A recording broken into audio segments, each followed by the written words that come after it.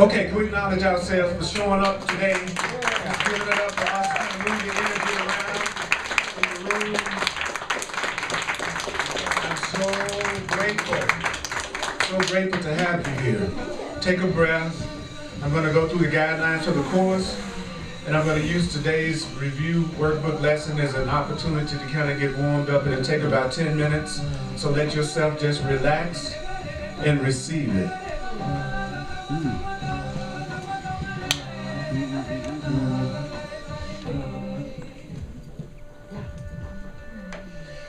If you're here for the first time, just remember you don't have to believe it. You don't have to accept it. You don't have to welcome it. Some of the things I say are going to be hard to believe. You might say, that's hard to believe. Some of the things I say might be quite startling. You are not asked to judge the ideas at all. Their use will give the ideas meaning to you and will show you that the ideas are true.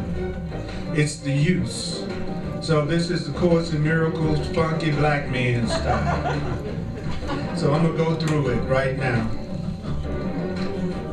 You have no neutral thoughts. So lesson 54. You have no neutral thoughts. You might just want to listen to my voice. Neutral thoughts are impossible because all thoughts have power. All thoughts either make a false world or lead you to the real world. But thoughts cannot be without effects. I say, thoughts cannot be without effects. As the world you see arises from your thinking errors, so will the real world of love rise before your eyes as you let your errors be corrected. The real world of love will arise before your eyes as you let your errors be corrected. The real world of love will arise before your eyes as you let your errors be corrected. My thoughts cannot be, your thoughts cannot be neither true nor false. Your thoughts must be either true or false. What you see shows you what your thoughts are.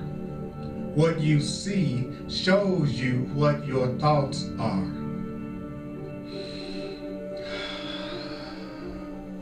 You see no neutral things. You see no neutral things. What you see witnesses to what you think. What you see witnesses to what you think. What you see witnesses to what you think. If you did not think, you would not exist. If you didn't think, you would not exist, because life is thought. I say now, life is thought. Let you look on the world you see, let you look on the world you see as the representation of your own state of mind. Look at the world you see as the representation of your own state of mind. You know that your state of mind can change. Your state of mind can change. And so you also know the world you see can change as well. Be with that. The world you see can change for the better. The world you see can change. The world you see can change for the better. The world you see can change. You are not alone in experiencing the effects of your seeing. You are not alone in experiencing the effects of your seeing. You are not alone in experiencing the effects of your seeing. You have no private thoughts. If you have no private thoughts, you cannot see a private world. Even the mad idea of separation had to be shared before the mad idea of separation could form the basis of the world you see. Yet, that sharing of the idea of separation was a sharing of nothing. You can also call on your real thoughts of love. I say you can call on your real thoughts of love. You can call on your real thoughts of love, which share everything with everyone. As your thoughts of separation call to the separation thoughts of others, as your thoughts of separation call to the separation thoughts of others, so your real thoughts awaken the real thoughts in others. Your real thoughts awaken the real thoughts in others. Your loving thoughts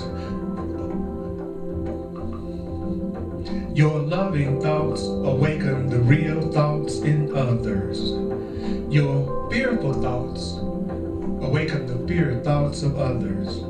And the world your real thoughts show you, the world your loving thoughts show you, will dawn on their sight as well as yours. You are not alone in experiencing the effects of your thoughts. You are not alone in experiencing the effects of your thoughts. You are not alone in experiencing the effects of your thoughts. You are not alone in experiencing the effects of your thoughts. You are alone in nothing. You are alone in nothing. You are alone in nothing. You are alone in nothing. Everything you think, everything you say, everything you do teaches all the universe. Everything you think, everything you say, everything you do teaches all the universe. Everything you think, everything you say, everything you do teaches all the universe. Everything you think, everything you say, everything you think, and everything you say.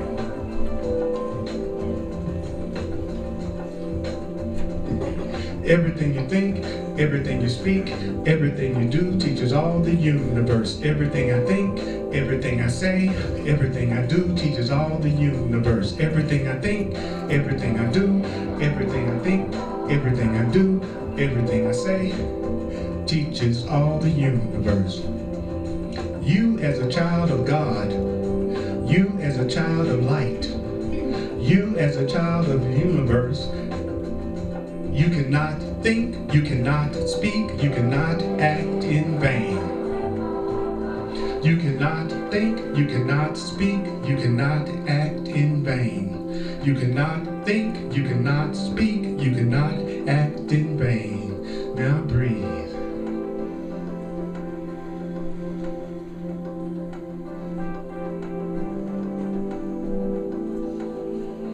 It is therefore in your power. It is therefore in your power. It is therefore in your power to change every mind along with yours. It is therefore in your power.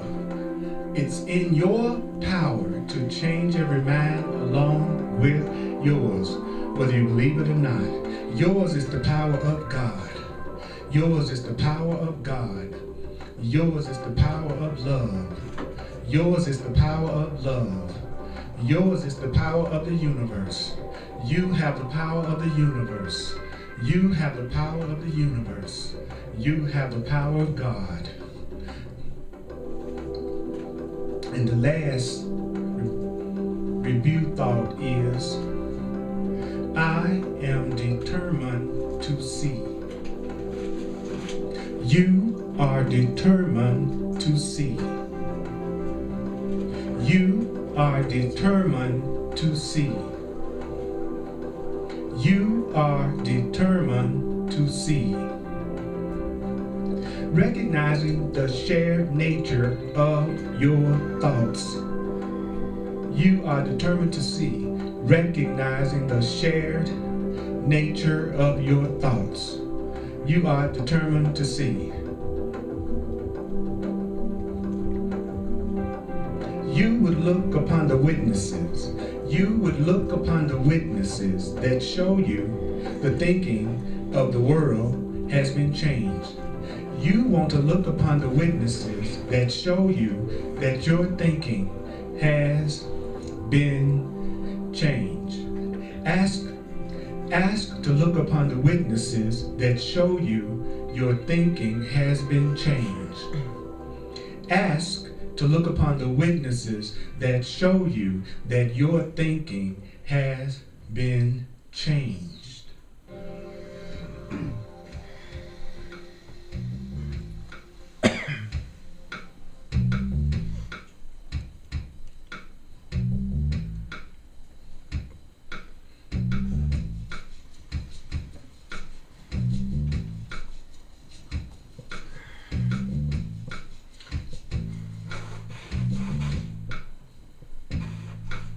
You would behold the proof that what has been done through you has enabled love to replace fear. You would behold the proof that what has been done through you has enabled love to replace fear, laughter to replace tears, abundance to replace loss. I allow laughter to replace tears. I allow abundance to replace loss. Abundance replace loss. Abundance replace loss. Laughter replace tears. I say laughter replace tears. I ask for love to replace my fears. Let love replace my fears. Ask that to yourself. Say love replace fears. I say love replace fears. Laughter replace tears. Laughter replace tears. Yeah, yeah, yeah, yeah. Laughters replace tears. Abundance replace loss. Abundance replace loss. Abundance replace loss. Now, if you would look upon the real world of love, the real world of love, if you would look upon the real world of love, you would look upon the real world of love and let the real world of love teach you. I say it again, let the real world of love teach you. Teach you what? That your will and the will of God are one. My will and the will of God are one. That's for your perfect happiness. My will and the will of God are one. We both want my perfect happiness. My will and the will of God are one. We will our perfect happiness. So you have no neutral thoughts. You see no neutral things. You're not alone in experiencing the effects of your seeing. You're not alone in experiencing the effects of your thoughts. You are determined to see. So I'm going to complete this by saying it twice, each one of them. So if you want to say it for yourself on the second time, aloud or silently, you will have an opportunity to do it. So I'm going to do it now. I'm going to do it now. I'm going to do it now. I have no neutral thoughts. I have no neutral thoughts. I see no neutral things. I see no neutral things. I am experiencing the effects of my seeing. I'm not alone in experiencing the effects of my seeing. I am not alone in experiencing the effects of my thoughts. The last one is, I am determined to see. I am determined to see.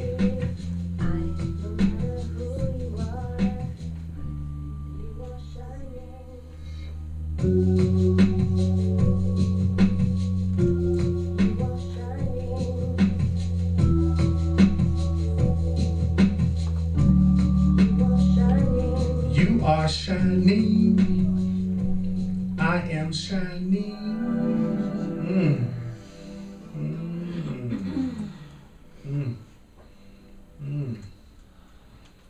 That was a slightly different way to do a workbook review, wasn't it? So we're going to be on, the last couple of weeks we talked about having a healed relationship. And today we're going to cover the next section, a section that I've covered many times, but I haven't covered it this year because there's certain sections in the Course in Miracles that you cannot repeat and cannot hear too often. That's just what time it is. And that section is called Setting the Goal. Very important. Now, the Course is talking about setting the goal of sanity, setting the goal of being sane, setting the goal of love, setting the goal of sanity in your relationships. But this is true for any goal that you're setting, of any kind. So you want to think of it in terms of what the Course is talking about, which is setting the goal of having peace, joy, happiness, and sanity.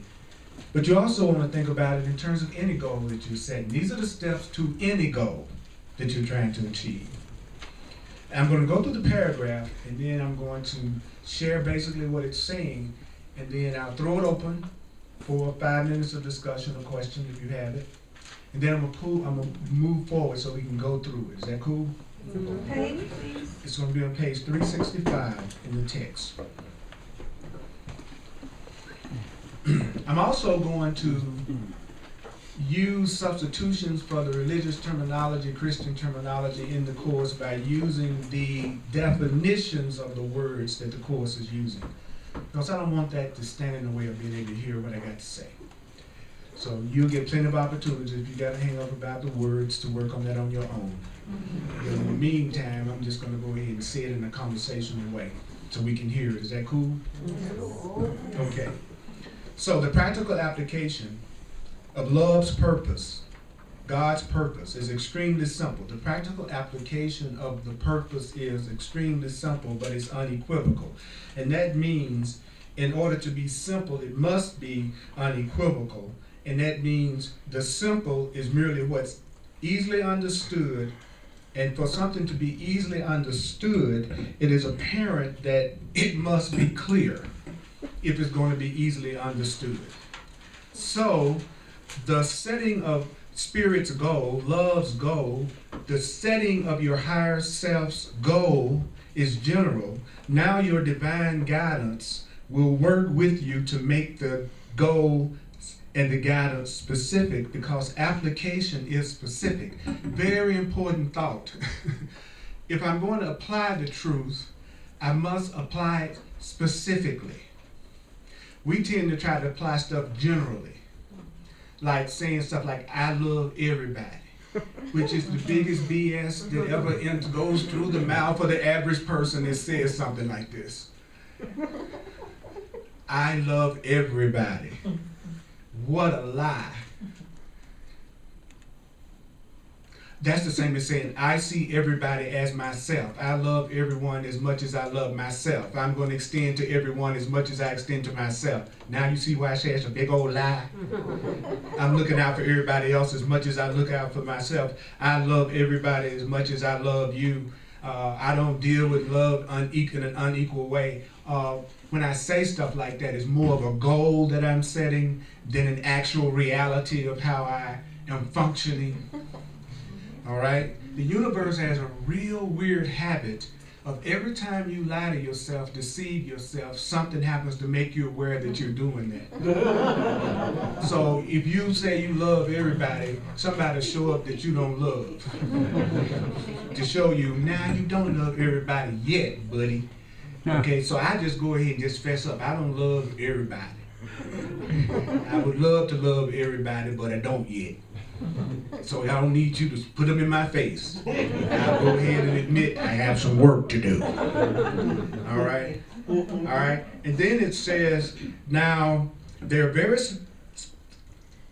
specific guidelines that the truth provides for any situation. There's very specific guidelines that God provides for any situation. But remember, you don't yet realize the guidelines' universal application.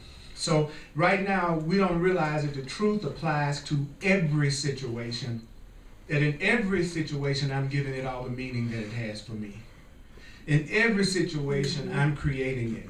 In every situation, I'm determining how I look at it. In every situation, I have no neutral thoughts about it. It's either bringing me peace or I'm using it to bring me some form of conflict. In other words, we don't know yet that the truth is true in every, that no matter what area of your life you look at, you are experiencing what you are allowing and consenting at a soul level to happen to you.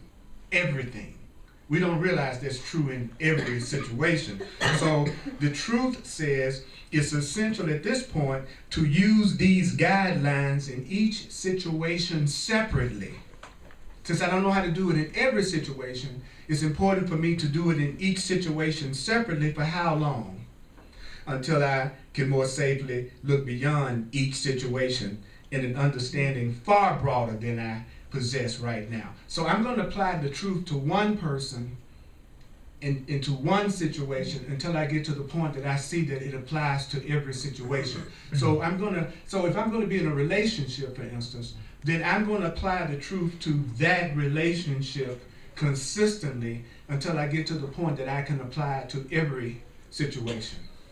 So if I say I love everybody, but I can't apply the truth with anybody, then that's not true. And I should be able to apply it the most with the person I say is most special to me and the one I say I love the most, which is actually where people least do it.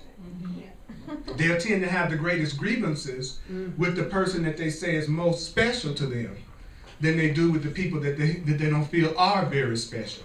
So it's almost like if you could apply these principles to the people that you're in personal relationships with, you would be enlightened. Because everyone else, you're already giving them freedom. You're already letting them do what they want to do, how they want to do it, when they want to do it, and where they want to do it. So you're already freeing them. You're really down to the last 9 or 10 people. You ought to be proud of yourself.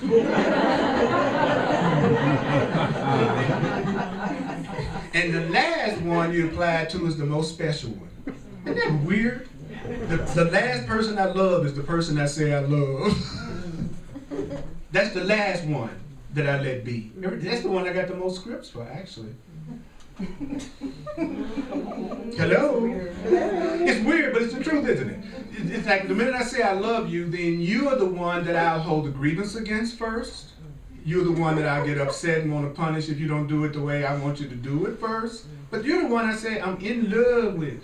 It's almost like I could really be honest and talk to you openly until you became the one that I said I was in love with. That was because that's the person you tend to censor your thoughts with the most. You tell your buddy something, your friend something, much quicker than you will your special love partner, depending on what it is. They get the honor of knowing nothing about what you think. Because you don't want to mess with that specialness you're getting. Yeah, I know what I'm talking. You know what I'm talking about, Manja.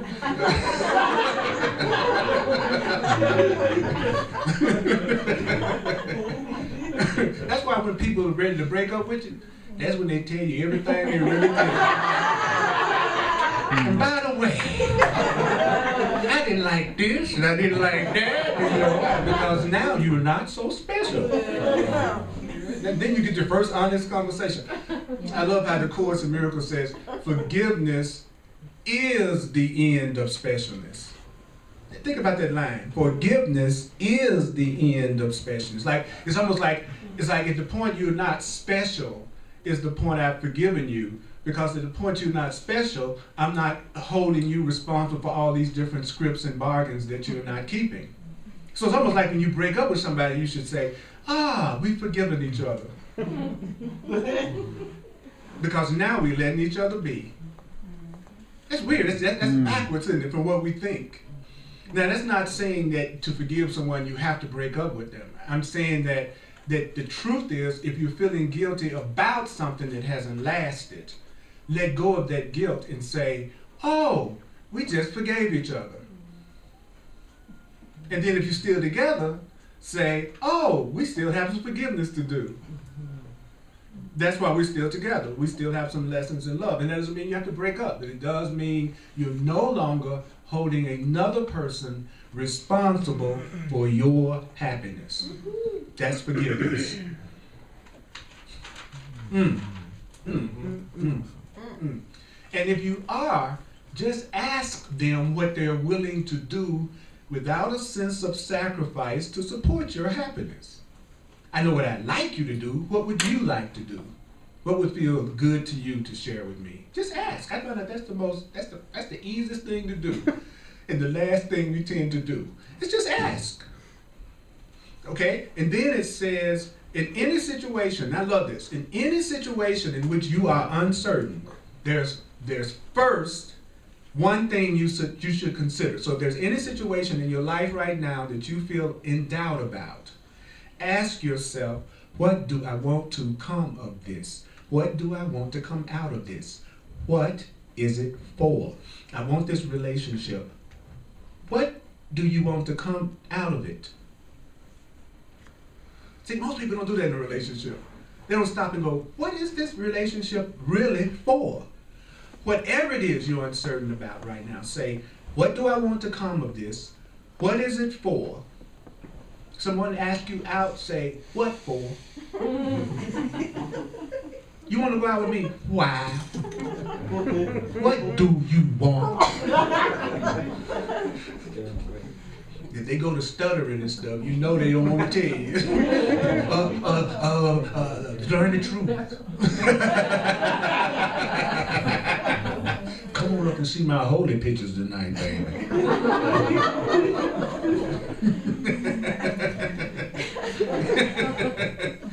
The clarification of the goal belongs at the beginning, because it is the goal which will determine the outcome. If you want to know how something's going to turn out, it will turn out according to the goal.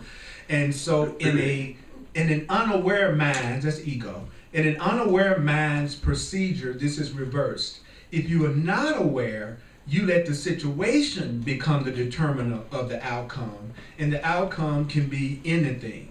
You just kind of show up in the situation and you kind of let the situation determine how it turns out. And that could turn out any kind of way. And the reason for this disorganized approach is evident. The average person, the fearful person, the unconscious person, the unaware person, the ego, does not know what it wants to come of the situation. An unaware person is aware of what they do not want, and only that. The unaware person has no positive goal at all. When you talk to a person that's not aware of the truth, all they tell you is what they don't want and what they don't like. You say, let's go to the movie, and they say, I don't want to go see this, and I don't want, you say, let's go out to dinner. Well, I don't want to go to McDonald's, and I don't want to go to, well, where do you want to go? So it's very important to recognize that when you're in your ego, all you know is what you don't want and what you don't like. What you don't want and what you don't like. And the Course says that without a clear-cut positive goal, without you having a positive goal right set at the outset, the situation, what? Just seems to happen. So what does that mean? If you are a person and it looks like things just seem to happen to you all the time, then you don't have any goals. You don't have a positive goal about what you do want to happen. I don't want somebody to mistreat me is not the same as saying I want someone to treat me right. Saying I don't want to be poor is not the same as saying I want to know my wealth. Whenever you say what you don't want, you're not saying what you do want. And most people are aware of what they don't want, and they don't say what they do want.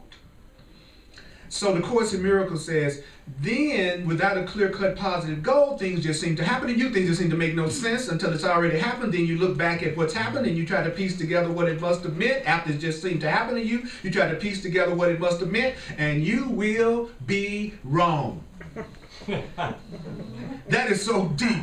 Say if you don't have any goal in the first place, something seems to happen to you, you look back at it, you try to piece together what it must have meant, and it says you will be wrong. Why am I wrong? Not only is your judgment in the past, you didn't have any idea what should have happened. Because you didn't set a goal with which to bring the means in line. Now, check it out. You did not, no goal was set with which to bring the means in line. What does that mean? That means, and I like to use this analogy because it's so simple. I set the goal to come over here today to speak at the 11 o'clock service in this class because that's what I did today. So everything that I did from getting dressed to getting in my car to coming over here was what? It was me bringing the means in alignment with the goal. Everything I was doing was to help me achieve my goal. And so therefore, when you don't have a goal, then you don't even know what to do to bring you in alignment. And so the Course says that no goal was set with which to bring the means in line, and now the only judgment left to make is whether or not you like what's happened. You have no idea what should have happened. So now you're saying, do I like it? Is it acceptable? Or does it call for a little butt kicking to come down? Which the Course calls, does it call for vengeance? Do I like it? Do I not like it? Or do I need to get them straight? And the Course says, the absence of a criterion, I love this, the absence of a criterion for outcome set in advance makes understanding doubtful and evaluation impossible. If I didn't have a goal in the first place, then it's impossible for me to understand what's going on, and it's impossible for me to evaluate whether or not I'm moving forward toward my goal or not. If I don't have a goal, how in the heck can I tell if I'm moving toward it and accomplish it? If I had a goal to come to the church, and yet I'm headed toward Colorado Springs, then I can judge and evaluate that I'm making a mistake. But if I had no idea where I was going to go this morning, I could just end up anywhere. And then I ask, do I like where I'm at? Do I not like where I'm at? Or does this call for some serious upset? And that's where the average person is. They're always showing up, something's happening, and they're going, do I like this or not? Then they go to another situation. Do I like going to that party? Do I like it or not? I'm going to the movie. Did I like it or not? See, when you have no goals, the only thing you do all the time is go, I don't like this. I'm in this class. Do I like it or not? And then he says something that I agree with, or do I need to get upset about what he said? How long is this damn thing going to last? What am I doing? You know, why? Because you had no goal. If you had a goal that went, okay, I'm coming to a place to possibly see something, to learn something new, that could possibly help me understand some things that could make my life more pleasurable, enjoyable, and fulfilled, then I'd be sitting on the edge of my seat, because now I'd be using everything that I'm saying and everything that anybody else is saying to bring me to the achievement of my goal, which is to have some level of growth and enlightenment. If you don't have a reason for coming here, it's very difficult to keep your attention unless you see this class as a means to help you reach a goal. You won't pay any attention to what I'm saying because you won't see it as helping you achieve your goal. Now, if your goal is to hook up with somebody you see in the class, then you're just waiting for the class to get over. You know what I'm saying? And the class being over is the means to help you achieve your goal of talking to that person. See, when you're a part of a person's goal and they see you as a way to achieve what they want, you're going to be included in their experience. And if they don't see you as a means of achieving what they want, you're going to be excluded from their experience. I hate this, that that's the way it works. Why do you call some people and not other people? Because the people you call, you somehow see them as helping you achieve some kind of goal that you have, even if it's just the goal of not being alone tonight, so I'm going to call somebody to see if we can go out together. You're calling them to help you achieve your goal of not being lonely on a Saturday night. And you call who you think will help you do that. So everyone that's included in your experience, they're only included in your experience because they are a means to help you achieve some goal you have. And if you don't see them as a means to achieve your goal, they're not going to get your attention. That's just a fact. Like when I left Memphis, and I was extremely close to my family, right? I left Memphis, and I've been up here 14 years. I haven't had a visitor. And I was close to every one of them. And we still talk, and they give me tons of love when I come to Memphis, so it's not like we're in any kind of estrangement. I'm not saying it, but you know what? I'm not a part of their day-to-day experience that's helping them achieve their day-to-day goals, so they just don't think about me. Because I'm not part of what's helping them achieve something that they want to achieve. But let's say one of them is upset about something and they think I could be helpful, they will call me. Why? Because I can help them achieve their goal, which is to feel better. You follow me? So without a goal, you can't evaluate anything. So you have to say, for instance, in a relationship, since we're talking about relationship, okay, my goal in relationships is to experience evolution and personal growth. That's why I would get in any relationship at this point of the game. So then I'm going to be looking at relationships in terms of how we're going to have mutual growth. And notice I said mutual.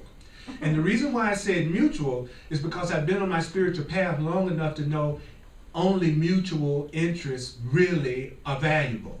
It's not till you get to the point that you are wanting everyone else's good that you really are moving toward what's valuable. See, so my goal determines what's happening. So if you're wondering what something means, just tell yourself this. What's happening in the situation that I'm in, no matter what's happening in the situation that I'm in, it is happening according to my goal. Sometimes we are aware of our goals, sometimes we're not. What do I mean by that? If you're constantly in relationships and situations and circumstances that create challenge and unhappiness for you, then at some level you'll get to the point, at some point on your spiritual path, that you'll say, wow, I have unconscious goals around failure, unhappiness, and me not deserving to have what I want. And the reason why it looks like everything fails in my life is because I have an unconscious desire to fail. Everything that's happening is happening according to my goal. I just didn't know I had that goal. And then I become a nice, good person and nothing goes right for. You better recognize that? The nice person that something's always going wrong. Okay. So the Course in Miracles says that you can't evaluate a situation and you are going to have doubt as long as you don't have a goal. All right, so I'm going to throw it open for 5 minutes. And please try to keep the questions relevant to what we're talking about. And so that's going to be important. Okay? Yeah. Could you please, once again for us, definition of special relationship according to the Course? A special relationship according to the Course is any relationship where the love that's being expressed in the relationship is different from the love of God. A special relationship is in a relationship where there is a sense of inferiority or superiority. A special relationship is in a relationship in which there is exclusion instead of inclusion. A special relationship is in a relationship that's based on bargains instead of love. A special relationship is in a relationship that you feel guilt and fear in. A special relationship is in a relationship in which it ends based on any form of script not being acted out. A special relationship is in a relationship in which you are being limited in your expression in. A special relationship is the relationship you're in. So that's the definition of a special relationship. Just say my relationship. Can you explain a holy relationship? Which is a holy relationship is a relationship in which the two people have a common purpose and a common state of mind. A holy relationship is a relationship in which the purpose of the relationship is to help each other recognize your innocence instead of your guilt. A holy relationship is a relationship in which you're supporting each other's freedom. A holy relationship is a relationship that you're using to remind you of God and your true identity and the truth. A holy relationship is a relationship that's based on unity and a relationship that's based on oneness and joy and laughter. These are just some of the definitions of a holy relationship. A holy relationship is the opposite of the relationship you have now.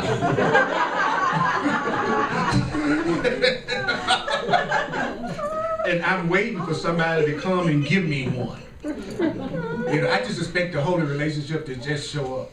In other words, if you're in a holy relationship, your relationship actually becomes a shelter for you to grow in. It's like when you're with that person, you feel like the part of you that's real and the part of you that deserves love is being nurtured. That you are not being judged, you're being supported. You're not being criticized, you're being acknowledged as significant and beautiful. It's the opposite of the way we do it now.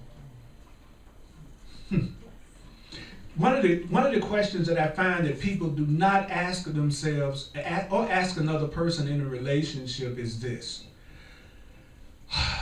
What do you want out of this relationship with me? Just that one little simple question. Why do you want to be with me? And then whatever they tell you, you know, try to believe it. You know, try to believe it. Right. Okay? Are you with me?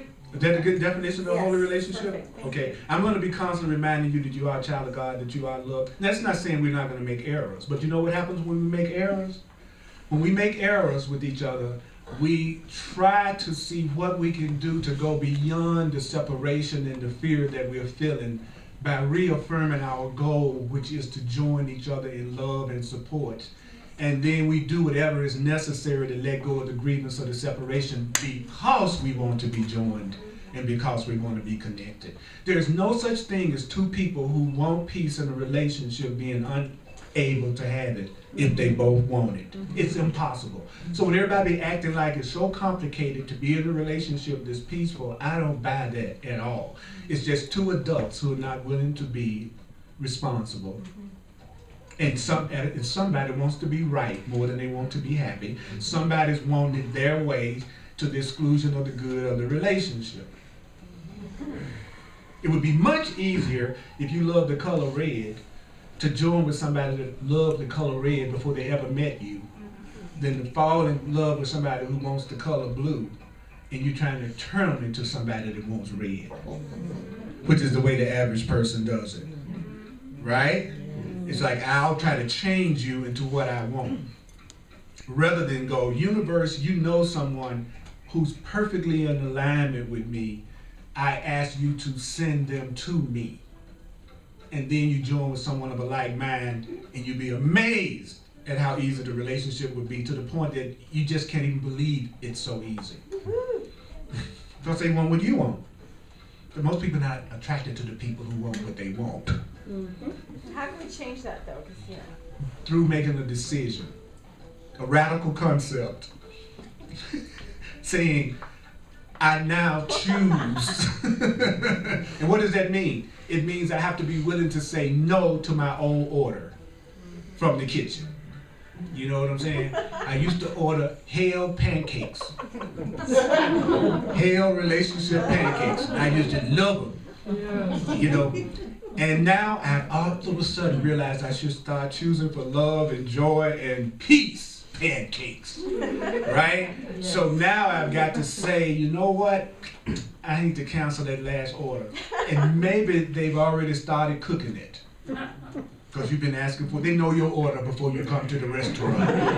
So as soon as you walk in the door, they start cooking your hellacious relationship pancake. As a matter of fact, right now they're on your speed dial. So you have to be willing to say, when that old thing that you used to order, that old relationship, that old type person, that old type situation shows up, you got to be willing to say, no thank you. I changed my order. And you don't eat the pancakes anymore.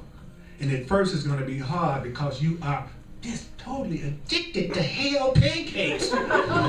Right? You know, the tears that you shed in the hell pancake relationship, that's the syrup.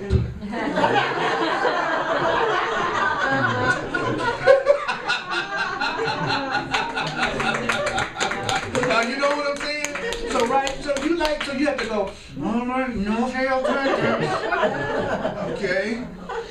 All right, so let's go a little bit further. Okay. Notice what I've said often about when we read the course together, we hear it in a way we don't hear it on our own. You notice I'm reading right out of the book, and you're getting it. But when you pick it up, you go, I don't understand this. This book don't make no sense. And there I'm just reading right out of the book, but I'm reading it my way. Which means I love it, I believe it, I've been working on it for 30-something years. So you are experiencing it coming through someone who loves it. And it's different when you listen to someone who loves something and who's been working on something. And when you just, why I say, those Course in Miracles groups where everybody sit around in a circle and they pass the book around reading the paragraph, I avoid those groups like the plague. Because you got a bunch of people who don't know what they're reading. So they're not reading it from any level of Shakti or spiritual power. And then they have the strongest temptation to do the one thing the Course says don't do. Analyze it. So they sit around and everybody gives their interpretation of what the Course is saying. If you notice, I'm not doing that. What I'm doing is just saying back to you exactly what it's saying, using its own definitions of what it means. That's different than me sitting up here making up my definitions. So we hear it, and the first stage to changing anything is to hear it. And so that's the hardest part, is to listen to something you don't believe or necessarily understand. It's difficult to do that. So I know for a lot of you, it's hard not to go to sleep when you hear me doing this. Because what I'm saying for some of you is so alien to what you think that it knocks you out. And that's why you go unconscious. Or you really want to keep the payoff that you're getting out of staying exactly the way you already are, even though you're suffering. So you're not ready to give up the payoff yet, so you can't hear what I'm saying, because if you hear what I'm saying, you might change. And that means you'll be happy, and you've already sentenced yourself to hell. But if you listen to me, you might think you're okay. Heaven forbid. Okay. Now, the value of deciding in advance what you want to happen. The value of deciding in advance what you want to happen. The value of deciding in advance what you want to happen. The value of deciding in advance what you want to happen. Did I say the value of deciding in advance what you want to happen is what? Simply that you perceive the situation as a means to make what you want happen, happen. You should look at any situation as a way to make whatever you want to happen, happen. Every situation you go into today, you should see it as this is an opportunity, this is another opportunity for me to get what I want. When you walk in this room, you should say, this is another opportunity for me to receive what I want. When I'm talking to you, I'll be going, oh, this is another opportunity for me to receive what I want. I should see every situation as a means to make what I want to happen, happen. What do I want to happen? I want peace between us to happen. So since I want peace between us to happen, this is another opportunity for me to make that happen. So how do I make that happen? Well, I focus on everything that can help us join in peace, and I try to overlook everything that would make us attack each other or make each other feel separate. Because my goal is peace, not conflict. So you should see, you say I want to be rich. Then you should see every situation that you go into as another opportunity to make your wealth happen. If you say you want love, you should see every situation or relationship that you enter as another chance to make love happen. So now you know the purpose of every situation you go into for the rest of this week and the rest of your life. Every situation for the rest of your life is just another opportunity for you to make what you want to happen, happen. Amen. And that's the way you're supposed to look at it. If I want to join with you and let go of all the blocks to make me feel separate from you, then this is another opportunity for me to make that happen. I want to learn the Course in Miracles, so this is another opportunity for me to make that happen. So I know the purpose of every situation that I'm in, so therefore I know how to evaluate the situation. Am I remembering more of the truth with you, or am I forgetting more of the truth with you? Well, I know I'm remembering more of the truth with you, because that's my goal, and here's the book, and we are sharing it. Life isn't complicated. It's very simple. We complicate it in order to delay applying the ideas. It's an excuse, in other words, but not to do what you know to do. So you tell me about your complex problems, your complex situations, which is nothing but a smoke screen. to hide the simplicity of it. Ooh, I got such a complicated love life. Just substitute the word fearful.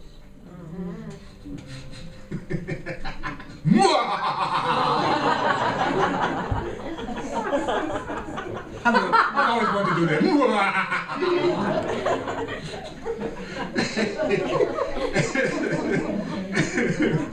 Woo! I tell you, time passes by so fast when you're being tortured.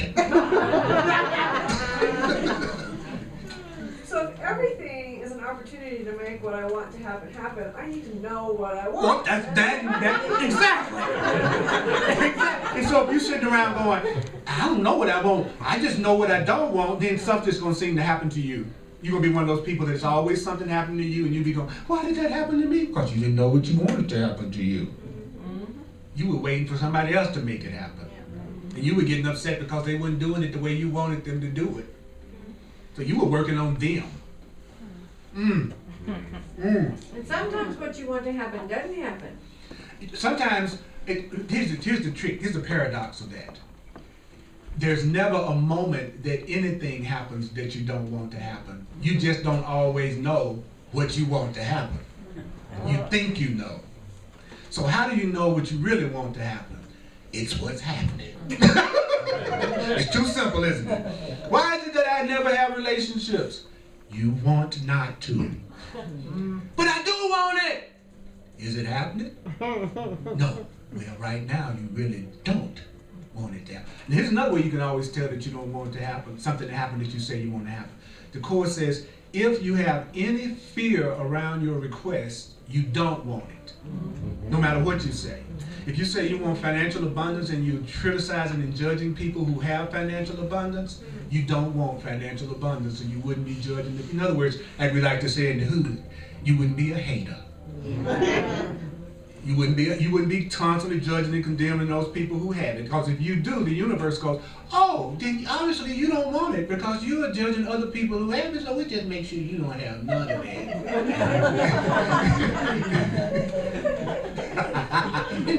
Remember, the universe always says what? Yes. Yes. I'm not enough. Yes. Things don't go right for me. Yes. People hate me. Yes. My job sucks. Yes. I'm a wonderful being. Yes. I deserve abundance. Yes. I deserve love. Yes. The universe don't know. No, it just says yes. Okay?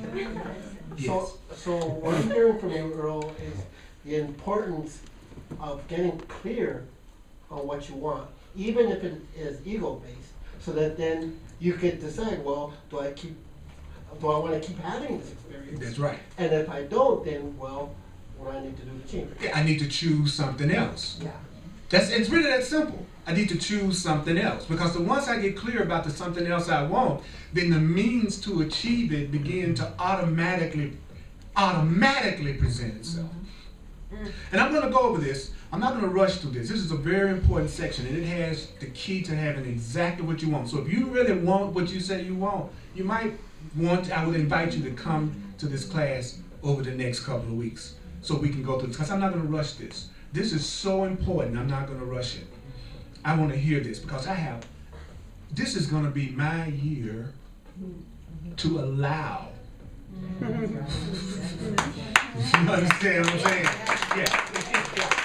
Notice I said to allow. I didn't say get. I didn't say make. I said allow. And I want to get rid of every block that keeps me from allowing. So, now I'm going to finish this paragraph and then I'm going to finish this up. I can't believe it's almost 2 o'clock already. Notice that when you're really focused in, the time just zooms by. Okay, so the Course in Miracles says, now you're going to make, oh, this is really great. You're going to perceive what the situation is a means to make it happen. Now, how do you do that? How do you do that? I'm going to tell you right now. You will therefore make every effort to overlook what interferes with the accomplishment of your objective. I'm going to that's what I said earlier. If I want to have peace with you, I'm going to overlook everything that would make me want to attack you. If I want abundance, I got to overlook everything that would make me think I deserve to have lack. We do just the opposite. We focus on the thing we don't want and don't pay enough attention to the thing we do. And so the Course says, how do you do that? You can do that all the way through the book, because the book is written as if you don't understand what it's talking about. So you could just every second go, and what does that mean? Okay, it means you should concentrate on everything that helps you meet your goal. And it's quite noticeable that this approach has brought you closer to the Spirit's sorting out of truth and falsity. What does it mean to sort out what's true from what's false? It means the true becomes what can be used to meet your goal. So whatever is going to help me meet my goal is true. And the Course says the false becomes the useless from this point of view. What does that mean? It means that in this context, I'm going to call something false that doesn't help me meet my goal, and I'm going to call what's true the thing that's helping me meet my goal. What's real is what's helping me meet my goal. What's unreal is what's not helping me meet my goal. So a real relationship where we are truly communicating, we are truly wanting the best for each other, we are truly supporting each other, I can safely call that a real relationship. An unreal relationship for me would be the opposite. Any relationship that I'm with somebody that all they're trying to do is make me feel guilty. I mean, in a relationship that I'm being attacked, criticized, and judged all the time. That's not saying that you won't make errors and errors don't need to be corrected in the relationship, but you can correct something without attacking somebody. You can work out issues without attacking each other. Attack and arguing and going off is not a necessary stage or step to resolving a situation. You don't have to show me how mad you are for us to get beyond something that's coming up between us.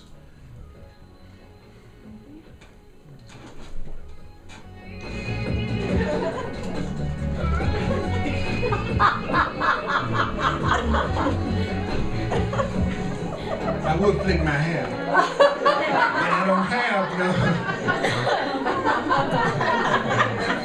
none. So I'm flicking my skin. In your beard. Flicking my beard. Would you acknowledge yourself here in this much Holy Spirit? Whoa! Whoa! See that slow, funky chorus. It's cool, ain't it? So we heard something, didn't we, today? Yeah, so let's do the financial expression of appreciation right now. Thank you. I teach the Course in Miracles full time. That's what I do in this world. That's my function. So I am very grateful for your sharing with me, because you see what's coming through me is valuable to you.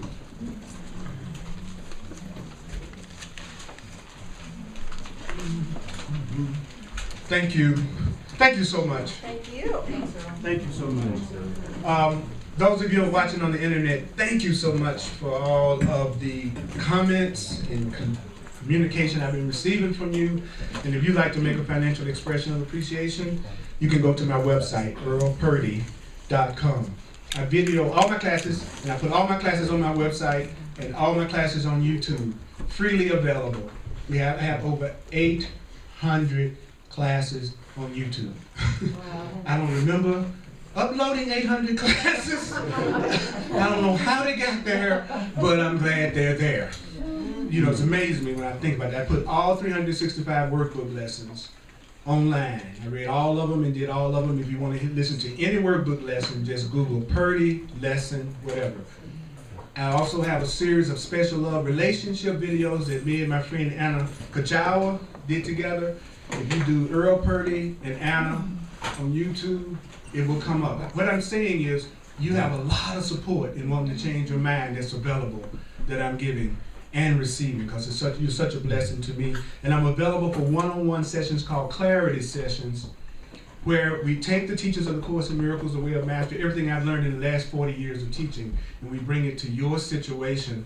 And if you're open to it, I also use my knowledge of astrology and numerology as just another way to get some communication from Spirit. So if you're open, then that's available to you too. So just go to my website and it explains everything about it in detail. Go to my website, you can sign up for the contact list, where I send you links to the classes that I recorded so you can watch them, or you can just sign up for it up here. So am I supporting you? Yes. Okay, that's what I'm here for. That's why I was born. That's why I'm on the planet. Because I know that you are me and I'm you. And so I'm going to drive home one little point before we walk out for about 2 minutes. Tuesday night I do this deep class called The Way of Mastery at 7 o'clock. We got a kick butt class on Tuesday night too. It's not for the faint of heart, no more than the course. So if you're ready for some mastery in your life, come to this class. It's very deep, very metaphysical. I love this stuff. I love this stuff. Just get so excited. You know, I get more excited about the truth now than I do about sex. That's a miracle. That's why it's called Course in Miracles. You have no idea. I don't even know who I am. Oh, as I get older and I pass by the mirror in the bathroom, I go, who is that? How'd you get in here? I look so different. Whoa. Okay. It's all right though. That's right. I'm real suave and debonair though. Do you love me, baby? I love you too. All right, here we go. You ready? Yeah. Sometimes if you close your eyes, you can appreciate what I'm doing even more. So in the situation in which you are feeling uncertain, in the situation that you are feeling uncertain, I say in the situation that you are feeling uncertain in, and in the situation that you're feeling uncertain in, and in the situation that you're feeling uncertain in, go, what do I want to come of this? What do I want to come of this? What is it for?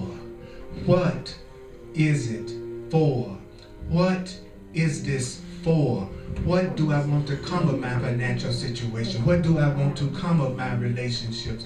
What do I want to come of my spiritual development? What do I want to come of this job situation, this health situation?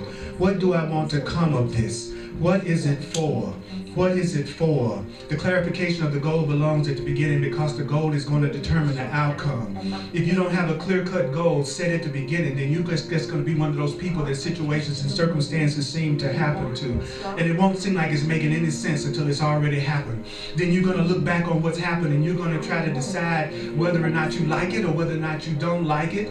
And if you feel like it's something that's not acceptable, you try to decide who you're supposed to get mad at or what you're supposed to get upset about because you didn't have a goal in the beginning to bring anything in line.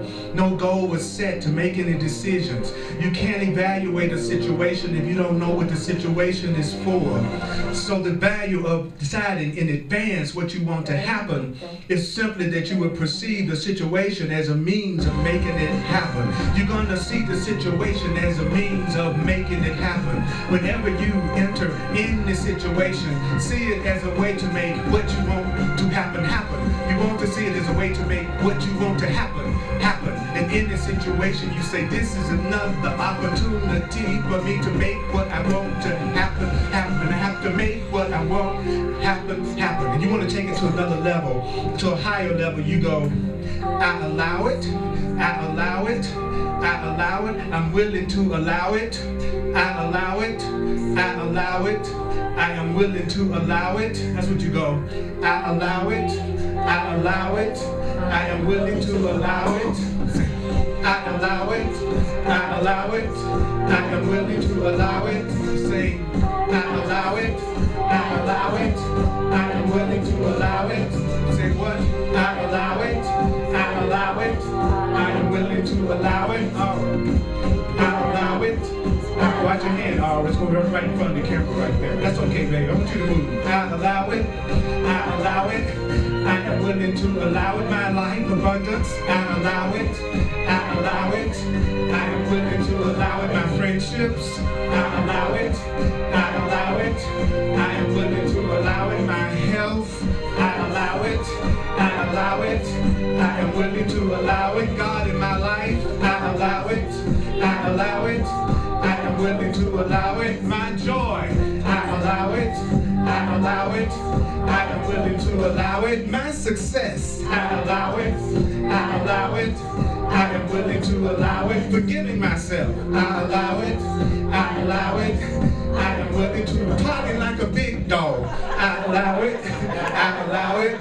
I am willing to allow it. Acknowledge yourself, Holy Spirit. Woo! I appreciate y'all so very much. Yes. Hugs are available, and may the course be with you. I'll see you next time.